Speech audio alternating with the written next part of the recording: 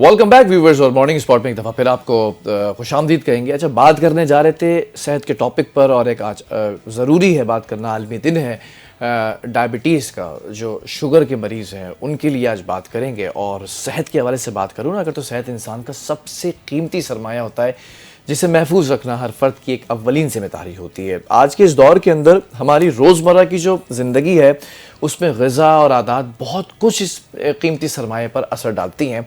इनमें सबसे ज़्यादा ख़तरनाक जो है इस वक्त बीमारी, जो कि ख़ामोश बीमारी समझी जाती है, ख़ामोश कातिल समझा जाता है, वो ज़ियाबतीज़ की शक्ल है, जिसे शुगर के नाम से भी जाना जाता है, डायबिटीज़ भी कहते हैं।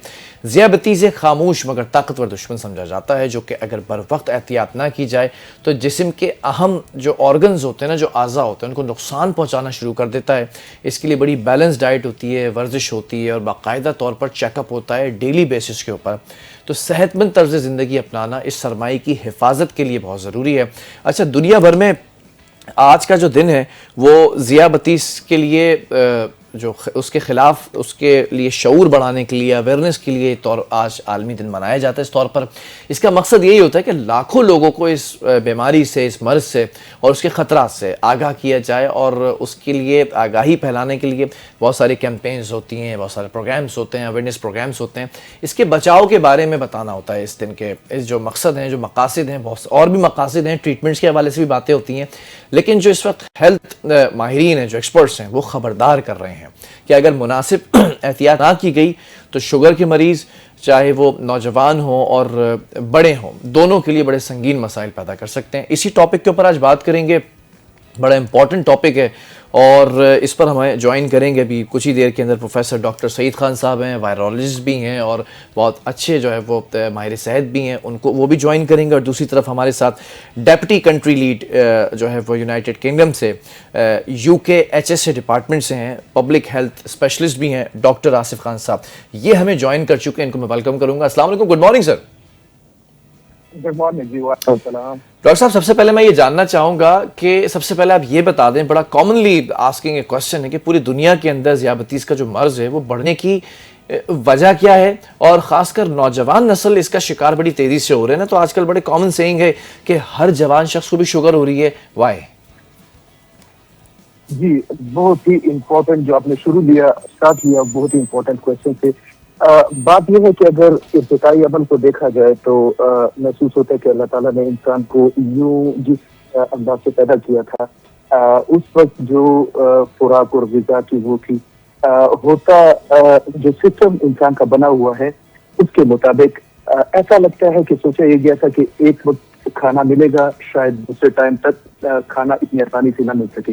इसलिए हम जो कुछ भी खाते हैं वो कहीं ना कहीं जाके फैट्स की सूरत में स्टोर होता है और जब हम उसको यूटिलाइज करना चाहते हैं तो वो फैट्स दोबारा एनर्जी की सूरत में मेटाबोलाइज होते हैं और हम एनर्जी देते हैं।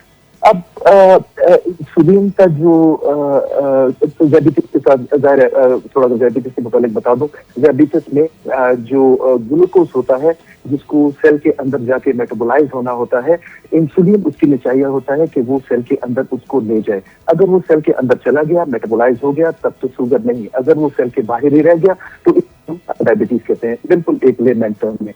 तो जो मैंने शुरू में बात की और इस बात को अगर दोनों को एक साथ देखा जाए तो जो आजकल, जिस तरह आपने भी अपने बयानिए में कहा कि जो हमारा तर्ज जिंदगी है, जो हमारे खुराक की हैबिट्स हैं, जो हमारा हेल्थ सीकिंग बिहेवियर है, जैसे हम गैर मौज़न ग़िज़ाएं और मिक़दार में हम खाना खाते हैं, सबसे बड़ी वजह जो आजकल के स्पेशली डायबिटीज मेलाइटिस टाइप 2 की रीजन है, सबसे इम्पोर्टेंट रीजन और सबसे सामने आने वाली रीजन यही है।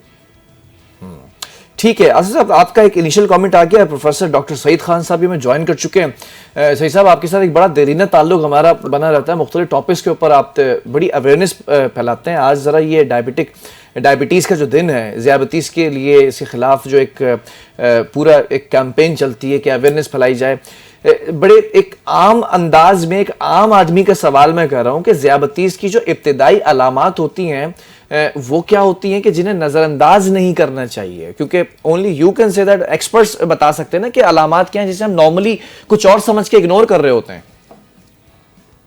जी बिलाल, बहुत बहुत शुक्रिया अपने प्रोग्राम में इनवाइट करने के लिए।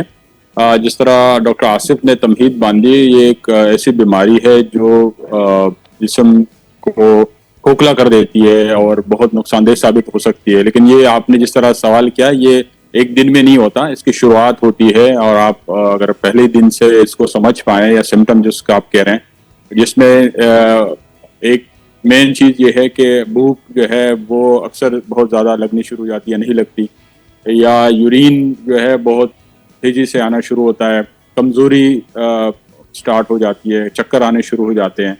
तो ये ऐसी अलामात है जिसको हम जो है इग्नोर नहीं कर सकते। इस तरह ज़ख़म, अगर थोड़ा ज़ख़म लग जाए वो सही नहीं होता, बार बार आप जो है ना ज़ख़म आना शुरू होता है। तो ये वाली चीज़ें ऐसी हैं जिसको इग्नोर नहीं करना चाहिए। फिर अगर फैमिली में ऑलरेडी कोई जिसको हम कहते हैं जेनेटिक प्रीडिस्पोजिशन, पहले से अगर वालिद साहब को, अम्मी को या फैमिली में वैसे ख़ानदानी हिस्ट्री है, तो ऐसे बंदे को तो इन अलामात को बिल्कुल ही इग्नोर नहीं करना चाहिए, बल्कि बर वक्त अपने मालिज से और डॉक्टर से रुजू करना चाहिए और जो ज़रूरी टेस्ट है उसके ज़रिए इसको कंफर्म किया जा सकता है कि इसको डायबिटीज़ है और किस किस्म के डायबिटीज़ है। उस हिसाब से फिर उसको ट्रीट भी किया जा सकता है। और अगर हम लाइफस्टाइल चेंज करें तो ज़रूरी नहीं कि हर वक्त अद्वियात की ज़रूरत हो। कुछ डायबिटीज़ अगर अर्ली स्टेज पे डायग्नोज हो तो बगैर अद्वियात के सिर्फ लाइफस्टाइल चेंज करने के ज़रिए भी उसको रिवर्स किया जा सकता है।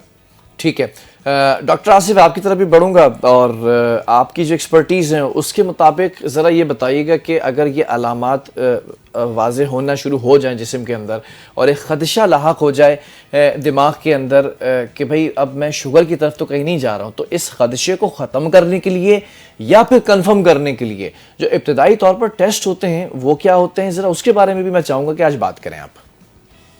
जी थैंक यू वेरी मच जी, आपने ये सवाल रेज करने का सही सब में तफसीलन उनकी अलामत बताएं। मैं इसमें एक बात पहले ऐड करना चाहूंगा। अभी आजकल जिस तरह के शुगर की केसेस निकल रहे हैं और आपने अपने करीब में कहा जिस तेजी से बढ़ रहे हैं, मेरे मुताबिक 35 से 40 साल की उम्र तक पहुंचने के बाद इंसान को लाजमी अपने टेस्ट रेगुलर बेसिस पे करवाने चाहिए।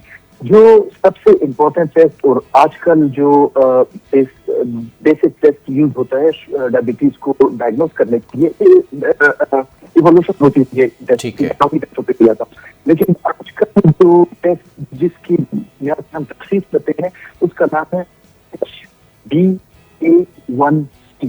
ये मैं थोड़ा लंबा नाम है, सबको मालूम पड़ जाए। ये HbA1c टेस्ट जो है ये आप कर सकते हैं।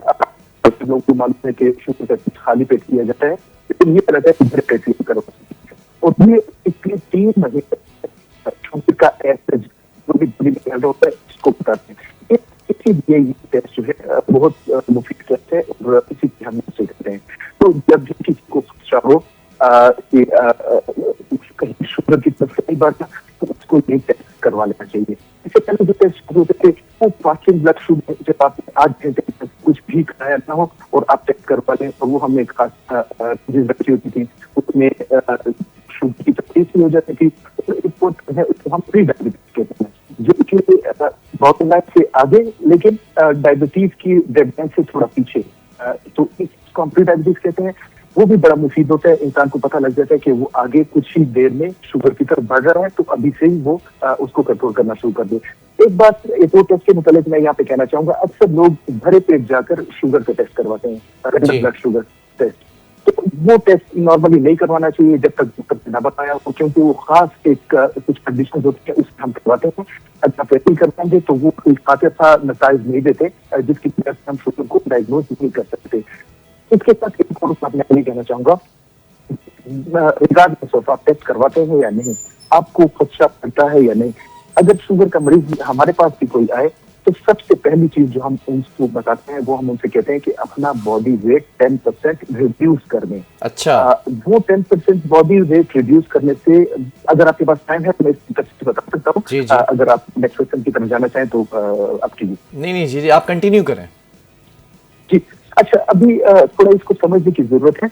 जो बॉडी में जो सेल्स होते हैं, जो टिश्यूज होते हैं जिनको इंसुलिन की जरूरत पड़ती है, और जैसे मैंने शुरू में अर्ज किया कि शुगर को सेल के अंदर ले जाने के लिए इंसुलिन की जरूरत पड़ती है। अगर आपके पास इंसुलिन कम है तो शुगर अंदर नहीं जा पाएगा और इसी वजह से हमें डायबिटीज होती है। बॉडी में जो दो चीजें हैं जो सबसे ज्यादा इंसुलिन यूज करती हैं, वो एक है फैट सेल्स और दूसरा है रेस्टिंग मसल, यानी आपके जितने भी मसल्स हैं अगर वो एक्सरसाइज नहीं कर रहे तो उनको इंसुलिन की जरूरत पड़ती है। अब अगर आप एक्सरसाइज शुरू कर दें तो एक तो वो मसल्स जिनको नॉर्मली इंसुलिन की जरूरत पड़ती है, एक्सरसाइज के दौरान वो इंसुलिन के बगैर ही शुगर को खुलियों के अंदर ले जाते हैं, सेल के अंदर ले जाते हैं, यानी उनको इंसुलिन की जरूरत नहीं पड़ती। दूसरी तरफ जो फैट सेल है जिनको इंसुलिन की जरूरत पड़ती है, एक्सरसाइज से वो फैट के जो टिश्यूज हैं वो कम होना शुरू हो जाते हैं। यानी अगर आप अपना वेट कम कर लें एक्सरसाइज के थ्रू तो आपके मसल्स हरकत में आ जाएंगे और फैट्स कम हो जाएंगे, तो वो वजन कम होने की वजह से, फैट्स कम होने की वजह से आपको इंसुलिन की जरूरत नहीं पड़ेगी।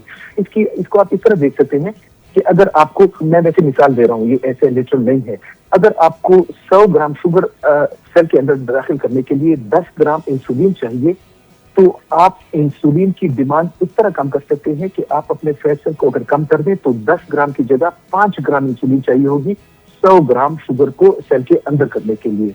तो ये इसका बेसिक कंसेप्ट है कि हम अगर वजन कम कर लें, 10% रिडक्शन कर लें, तो अक्सर पेशेंट्स में शुगर ऑटोमेटिकली खत्म हो जाता है। ओके, अच्छा, मैं जरा डॉक्टर साहब की बोलूँगा। डॉक्टर साहब, आप इस वक्त मेरा ख्याल या तो ग्रीन टी पी रहे हैं या कॉफी पी रहे हैं या चाय पी रहे हैं, कप मैंने आपका देख लिया है, कितने चम्मच आपने इसके अंदर शुगर ऐड की है? ये एक बड़ा एक सवाल होता है लोगों के लिए ना कि भाई अगर हाफ टी स्पून अगर आपने शुगर ऐड की है तो ठीक है भाई, नॉर्मल है।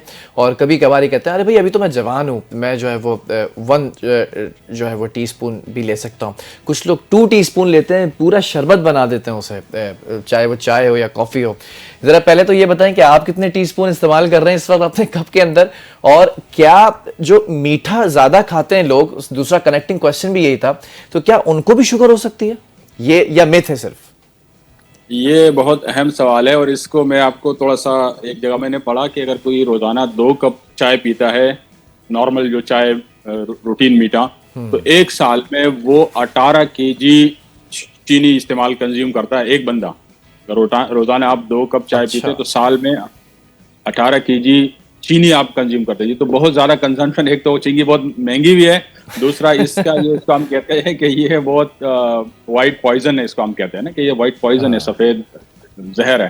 तो मैं तो खुद बिल्कुल 0 शुगर चाय में और कॉफी में यूज करता हूँ, so I don't use any sugar. ये नहीं कि मुझे शुगर है, बल्कि मैं एहतियाती तदाबीर के तौर पे, और फिर मुझे जायका भी अभी अच्छा लगता है। पहले एक वक्त था जो हम मीठा चाय पीते थे तो वो अच्छा लगता था, अब अगर गलती से कोई मीठा चाय ले भी आए तो फिर हम कहते हैं यार मजा नहीं आ रहा उसमें, हमें ना बगैर चीनी की चाहिए। तो गैर जरूरी जो है ना, जिस तरह आसिफ ने तमहीद बांधी, ये बिल्कुल ऐसे ही है कि आप किसी बंदे पे इतना बोझ डाल ले जो वो उठा नहीं सकता। तो ये जो जितना भी हम खाना खाते हैं, ये इसको हजम भी होना होता है, आपकी जो बॉडी है उसको इसको डाइजेस्ट करना होता है। और अल्लाह ताला ने ऐसा निज़ाम बनाया है, अगर आप मोतदिल खाना खाएं और मिकदार भी मोतदिल रखें और उसकी जो डाइवर्सिटी है वो भी मोतदिल रखें, तो आप बीमारियों से बचते हैं। लास्ट भी मैंने आपके प्रोग्राम में बताया था कि हम बीमारियां खरीदते हैं, हम बहुत मेहनत करके बीमार होते हैं। अल्लाह ताला ने हमें बहुत अच्छा इम्यून सिस्टम भी दिया है, हिफाजती तदाबीर के तौर पे भी, और हमारे बहुत आइडियल है। ये तो हम देखो, जिस तरह मैंने मिसाल दी कि आप चीनी अब खरीद के आप खाते हैं तो तभी आपको बीमारी होती है। अगर आप इस तरह की गैर जरूरी चीजें जो है ना आप यूज नहीं करेंगे और एक एतदाल के दायरे में करेंगे, तब भी आपको बीमारी नहीं होगी। लेकिन हम बीमारी, चाहे इन्फेक्शियस डिजीज, हम बहुत मेहनत करके बीमार होते हैं, और इस तरह की डायबिटीज वाली जो बीमारी, ये भी हम बहुत मेहनत और खर्चा करके बीमार होते हैं। तो ये इंसानी एक अलमिया है कि हम ये बात समझने में हमें काफी मुश्किल पेश आ रही है। अदरवाइज अगर हम चीनी का इस्तेमाल मिनिमम करें और जो ज़ाहिरी तौर पे अल्लाह ताला ने जो वैसी मीठी चीज़ें बनाई है उसका मुतदिल इस्तेमाल करें, तो हम ज़ियाबतीज़ और या डायबिटीज़ समेत बाकी बीमारियों से बच सकते हैं।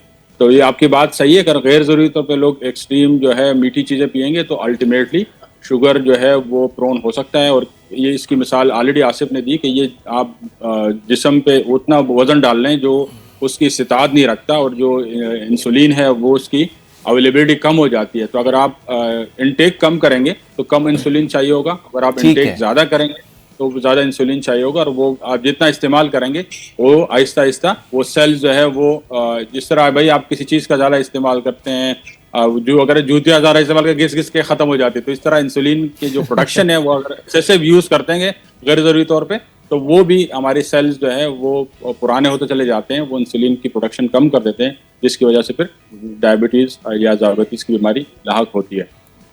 ठीक है, मैं ज़रा एक बात बता दूं व्यूवर्स को कि दोनों इस कदर चाशनी है इन दोनों माहिरीन की गुफ्तगू के अंदर, आज मुझे डर लग रहा है कि मुझे भी जो है ना खदशात लाक ना हो जाएं डायबिटीज़ के पेशेंट होने के, क्योंकि मुझे भी 1 घंटा जो है वो इन दोनों की जो चाशनी से भरी गुफ्तगू है वो भी सुननी है और आप लोगों ने भी सुननी है।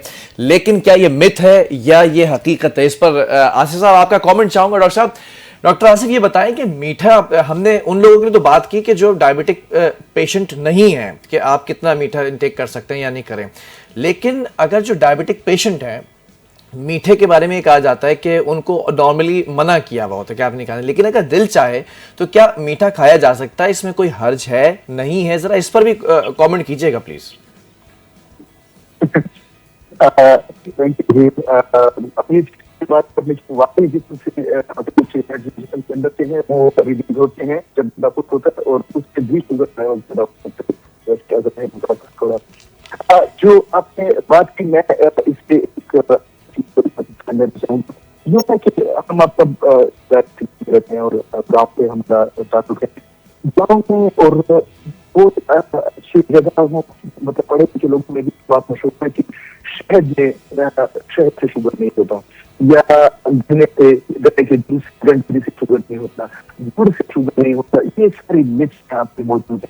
शुगर की 3 जो बड़ी किस्में रखते हैं, एक फ्रुक्टोज है, एक माल्टोज है, फ्रूट में। और अच्छा, डॉक्टर आसिफ की आवाज में कुछ डिस्टॉर्शन आ रही है, ताकि वो लोग नहीं सुन पा रहे हैं, दोबारा राब्ता किया जाए। डॉक्टर आसिफ बड़ी इंपॉर्टेंट बात कर रहे हैं, जरा दोबारा राब्ता करें डॉक्टर आसिफ से। जब तक मैं डॉक्टर सईद साहब के ऊपर बात करूं, तो सईद साहब ज़रा इस पर भी कमेंट कीजिएगा कि शुगर के पेशेंट, उनको मीठे से रोका जाता है, लेकिन जिस चीज़ से रोका जाए, वो कहते हैं ना बच्चे को जिस काम से रोका जाए वो वही काम के पीछे दौड़ता है, तो बड़े बच्चे जो होते हैं अगर उनको भी रोका जाए तो वो छुप छुपा के कहीं ना कहीं से मीठे की ख्वाहिश पूरी कर ही लेते हैं, तो वो खा सकते हैं मीठा या बिल्कुल स्किप कर दें? देखिए, आइडियली तो ये बैलेंस आपने रखनी है, तो अगर इस तरह वो कहते हैं, हम कभी कभी चीटिंग कर लेते हैं डाइटिंग में भी, और इस तरह परहेज कभी कभी जो है ना वो आम लैंग्वेज में कह रहे डंडी मार लेते हैं, तो फिर उसका तरीकाकार ये है कि उसको कंपनसेट किया जाए, उस हिसाब से फिर एक्सरसाइज ज़्यादा की जाए, अगले डाइट, अगर एक आपने इस तरह की चीटिंग कर ली किसी टाइम, मीठा एक तो कम से कम लिया जाए गैर ज़रूरी तौर पे, फिर नेचुरल सोर्स लिया जाए। और जिस तरह आसिफ की बात जो है वो डिस्टॉर्ट हो रही थी, लेकिन उसकी बात में ये समझ पाया कि बहुत सारे नेचुरल चीज़ों में भी मीठा पाया जाता है, जिस तरह आम है या शहद है, तो वो ये बात कहना चाह रहे थे कि ये काफ़ी लोग ये समझ लेते हैं कि चाहे ये नेचुरल सोर्स है तो इसको जितना खाया जाए, जिस तरह गालिब ने कहा था कि आम मीठे हो और ज़्यादा हो, तो काफ़ी लोग जो है डायबिटीज़ वाले खुसूसी तौर पे अगर वो आम बहुत ज़्यादा खाना शुरू कर देते हैं, तो अगर मतलब एक आध दिन कहीं चीटिंग करनी भी है तो एक तो वो मोतदिल हो, बहुत ज़्यादा मतलब ये उससे पेट ना भरा जाए, और दूसरा है कि उसको फिर कंपनसेट किया जाए, मतलब दवाई टाइम पे लें, एक्सरसाइज उस हिसाब से ज़्यादा करें, अगली मील जो है बहुत ज़्यादा हैवी ना लें, तो जारी बात है इंसान ने रहना भी है दुनिया में और अपने नेमत है उससे लुत्फानंदोज भी होना है, तो बिल्कुल ये भी नहीं है कि मरीज का मतलब ये नहीं है कि बिल्कुल वो कोने खांचे में बैठ जाए और कुछ जो है ना वो ना खाए पिए, लेकिन अपने डॉक्टर के मशवरे से और जितना जो है मुतदिल तरीके से वो खाना खा सकता है उस हिसाब से अपनी डाइट को कंट्रोल रखना चाहिए। हिसाब बिल्कुल ऐसे डॉक्टर, हकीम और अपना लॉयर जो है वो हमेशा पर्सनल रखें और उसके साथ कभी झूठ ना बोलें, बता दें अगर उसने पूछा है आपसे कि आपने कितना मीठा खाया है तो ये सच बताना। डॉक्टर आसिफ जरा उस पर पिछला कमेंट भी कंटिन्यू कीजिएगा और साथ साथ एक चीज और ऐड कर दें कि डार्क चॉकलेट के बारे में कहा जाता है कि वो शुगर के पेशेंट पे जरा बताइए कि ले सकते हैं कि नहीं ले सकते हैं प्लीज। जी thank you so much, I am sorry distortion जो आ रही थी। मेरे ख्याल में अभी आपके पास आवाज सही आ रही है? जी बिल्कुल सही आ रही है। जी मैं ये अर्ज कर रहा था कि ये एक मिथ लोगों में मौजूद है। मैं सही सब की बात नहीं सुन सका, अगर उन्होंने पहले ही कर दी है तो सॉरी अगर मैं रिपीट कर रहा हूँ कि शुगर की 3 किस्में होती हैं, सुक्रोज, फ्रक्टोज और माल्टोज। कुछ हनी में होता है, कुछ फ्रूट में होता है और जो टेबल शुगर है इसमें होता है। बहुत सारी मिथ्स हैं कि गन्ना और फ्रूट्स और हनी इसमें शुगर नहीं होगी, नहीं ऐसा कतई नहीं है। सिर्फ बात यह है कि इंसुलिन कितनी चाहिए, यानी टेबल शुगर को बहुत ज्यादा इंसुलिन चाहिए, फ्रक्टोज और माल्टोज को कदरे कम चाहिए होती है, लेकिन ऐसा नहीं है कि बगैर इंसुलिन के ये सारी चीजें सेल के अंदर जा सकती हैं। तो जो आपने दरियाफ्त किया कि शुगर वाले मरीज मीठा खा सकते हैं या नहीं। बात यह है कि कोई कमी जिस्म में नहीं आती। अगर कहीं आपके पास बिल्कुल भी शुगर रेडिली अवेलेबल सोर्स है एनर्जी का, लेकिन अगर आपके पास कहीं शुगर नहीं भी है तो जिस्म का सिस्टम इस तरह है कि वो फैट्स को रिवर्स इंजीनियरिंग करके आप समझ लीजिए कीटोन्स बनाते हैं, और कीटोन्स शुगर का ही काम देते हैं। यानी जो आपके ब्रेन के लिए और ब्लड के लिए जिनको शुगर चाहिए होती है, उनको शुगर मिलती रहती है, आप भले शुगर ना भी खाइए। तो मैं दरख्वास्त करूंगा शुगर के तमाम मरीजों से कि वो हद्दुल वसा शुगर से, हर किस्म की शुगर से बिल्कुल परहेज करें। फ्रूट के बारे में सही साहब का आखिरी कमेंट फ्रूट के बारे में मैंने जो सुना वो बिल्कुल सही फरमा रहे हैं कि ऐसा मत समझिए कि आम या खजूर या इनमें शुगर नहीं है और ये नुकसान नहीं देगी। नहीं, आपने वो भी अपनी एक खास मिकदार में लेनी है। आखिरी बात मैं इस जिम्मे में करना चाहूंगा, बहुत सारे लोग आपने देखा होगा, मैं किसी क्योंकि वो कंपनीज वगैरह के नाम आते हैं उसमें, लेकिन शुगर के जो अल्टरनेट दो और चीजें बाजार में मिल रही हैं मुख्तलिफ किस्म के प्रोडक्ट्स में, एक का नाम सेकरीन है और दूसरे का नाम सर्विटॉल। ये दोनों चीजें, अब इसमें ग्लाइसेमिक इंडेक्स इसका कम इस तरह होता है कि बहुत कम मिकदार इनकी चाहिए होती है मिठास डालने के लिए, ठीक है, लेकिन अपने सही ये चीजें भी ठीक नहीं है, ना ही डायबिटीज के लिए, और इसके अलावा इसमें और भी बहुत सारे मुज़िर ऐसे मुज़मिरात हैं जो कि इंसानी जिस्म के लिए मुज़िर हो सकते हैं। तो आप ट्रस्ट मी, सही साहब ने जिस तरह शुरू में कहा, मैंने अपने घर की जो कंजम्पशन ऑफ शुगर है उसको हाफ किया हुआ है, और अगर मेरे बस में होता तो आप यकीन करिए मैं पूरे मुल्क में शुगर को बिल्कुल बंद कर देता। ये मैं आपको अच्छा डॉक्टर आसिफ, बड़ा अच्छा कमेंट आपने किया। एक तो हम शुगर से परेशान हैं, दूसरा हम शुगर कोटिंग करने वाले से बहुत ज्यादा परेशान हैं। डॉक्टर साहब, प्रोफेसर डॉक्टर सईद साहब, जरा एक सवाल है, एक मिथ है, दादी जान को शुगर थी तो इसलिए अब जो है वो अब्बा में शुगर आई है तो वो मुझे भी हो सकता है 40 साल बाद हो जाए, ये एक मिथ होती है। इसी तरह दादा जो है वो आखिरी लम्हात थे वो शुगर से रहलत फरमा गए थे, तो इस हो सकता है कि पोते में अगर ये सिम्टम्स है तो ये दादा से आए हैं। क्या खानदानी हिस्ट्री मैटर करती है? अगर किसी को है पीछे शुगर तो उसको आगे क्या एहतियात करनी चाहिए अगली नस्ल को शुरू से? जी बिल्कुल, डायबिटीज एक ऐसी बीमारी है जिसमें जेनेटिक जो है बहुत अहम रोल प्ले करता है, और जो जीन्स है ये डिटरमिन करते हैं कि जो पैंक्रियाटिक सेल्स हैं वो इसको हम कहते हैं जीन एक्सप्रेशन, तो वो इंसुलिन बनाएंगे और किस क्वालिटी का बनाएंगे। तो अगर पहले से जेनेटिक एक हिस्ट्री रही है और खानदान में डायबिटीज रही है या इस तरह दिल की बीमारी रही है, तो ये बिल्कुल मुमकिन है। पॉसिबिलिटी 100% जरूरी नहीं है, लेकिन पॉसिबिलिटी चांसेस बहुत ज्यादा बढ़ जाते हैं कि अगर खानदान में डायबिटीज रहा है तो अगर उस फैमिली में वो एहतियात ना करें तो बीमारी जल्दी आ सकती है। यूजुअली लेट स्टेजेस पे तो आ जाती है, लेकिन अगर वो मजीद अपने आप को लाइफस्टाइल चेंज नहीं करें, क्योंकि आजकल ये आलमिया है कि बहुत यंग एज में डायबिटीज स्टार्ट हो रही है। पहले तो ये था 40 के बाद 50 के बाद होता है, अब ये कि 30-35 साल के यंग बंदे भी 25 साल में भी सामने आए हैं कि उसमें भी डायबिटीज सामने आ रही है। इसकी यही वजह है, एक तो जेनेटिक प्रीडिस्पोजिशन है, दूसरा वो एहतियात नहीं करते और मुसलसल जो है मीठे को जो है वो समझते हैं कि ये उनका जो है ना ज्यादा खाना जो है ना कोई उनके लिए मसला नहीं है, और यकीनन ये चीजें अहम रोल प्ले करती है, जेनेटिक्स भी और एनवायरमेंट। ये तो हो गया क्वेश्चन। अच्छा डॉक्टर आसिफ, जिंदगी में जितने मिले मौके उतने मिले हमें धोखे, तो ये जो धोखे होते हैं जो डिप्रेशन में चले जाते हैं, और फिर डिप्रेशन के बगैर हम तो आजकल की ज़िंदगी गुजार ही नहीं सकते हैं, और specifically if you are living in metropolitan city Karachi, तो बड़े दुख हैं यहाँ पे ना लोगों के। और अगर पूरे पाकिस्तान की बात करें ओवरऑल, तो डिप्रेशन ज़्यादा लोग या उनकी जो आदत होती है, ओवर थिंकर्स होते हैं, इसकी वजह से भी क्या शुगर के जो चांसेस होते हैं वो बढ़ जाते हैं? क्योंकि अक्सर कहते हैं आपने ज़रूर कोई ना कोई टेंशन ली होगी, इसी वजह से शुगर हो गई। हमारे जवाबात तो जैसे तैसे हैं, लेकिन आपके सवालात माशाल्लाह इतने टू द पॉइंट और बिल्कुल रोजमर्रा की जिंदगी के, तो again thank you very much for raising that. जी, मैंने जिस तरह अर्ज किया डिप्रेशन, और ये बिल्कुल आपने सही बात की। डिप्रेशन के अंदर इंसान का बॉडी का नेचुरल जो रिएक्शन या रिस्पॉन्स है वो स्टीरॉयड रिलीज करना है।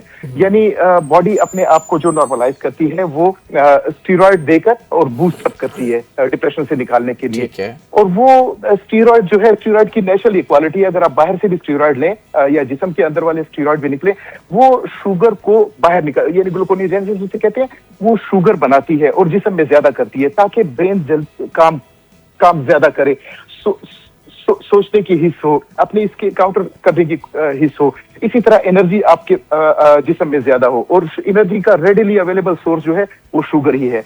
तो आपकी बात बिल्कुल बजा है। डिप्रेशन और शुगर का बहुत गहरा ताल्लुक है, और इसीलिए ये हेल्दी लाइफस्टाइल अपनाना इसलिए भी जरूरी है कि एक तो एक्सरसाइजेस वगैरह आपको डिप्रेशन के उससे निकालते हैं। मैं सेक्रेटरी में भी काम करता रहा हूँ, और मेरे पास जो डिप्रेशन के मरीज आते थे तो उनसे मैं जो वो करता था, जो लाइफस्टाइल चेंजेस के लिए कहता था, वो उनसे मैं अपनी वॉक, एक्सरसाइज, पेट रखना, जो मेडिटेशन, इस तरह की चीजें उनको बताता था ताकि वो कहीं मशगूल रहें। और एक्सरसाइज से दो चीजें होंगी, एक एटलीस्ट वो वाला वक्त जिस तक आप एक्सरसाइज कर रहे होंगे, कम से कम वो वाला वक्त तो आपका अच्छा गुजरेगा, वैसे भी रिफ्रेशिंग करता है, और साथ में ही शुगर का भी साथ में भला होगा। एक कमेंट मैं करना चाहता हूँ, सईद साहब ने बड़े खूबसूरत अंदाज में एक्सप्लेन किया, और उन्होंने एक बात की जीन्स के एक्सप्रेशन की।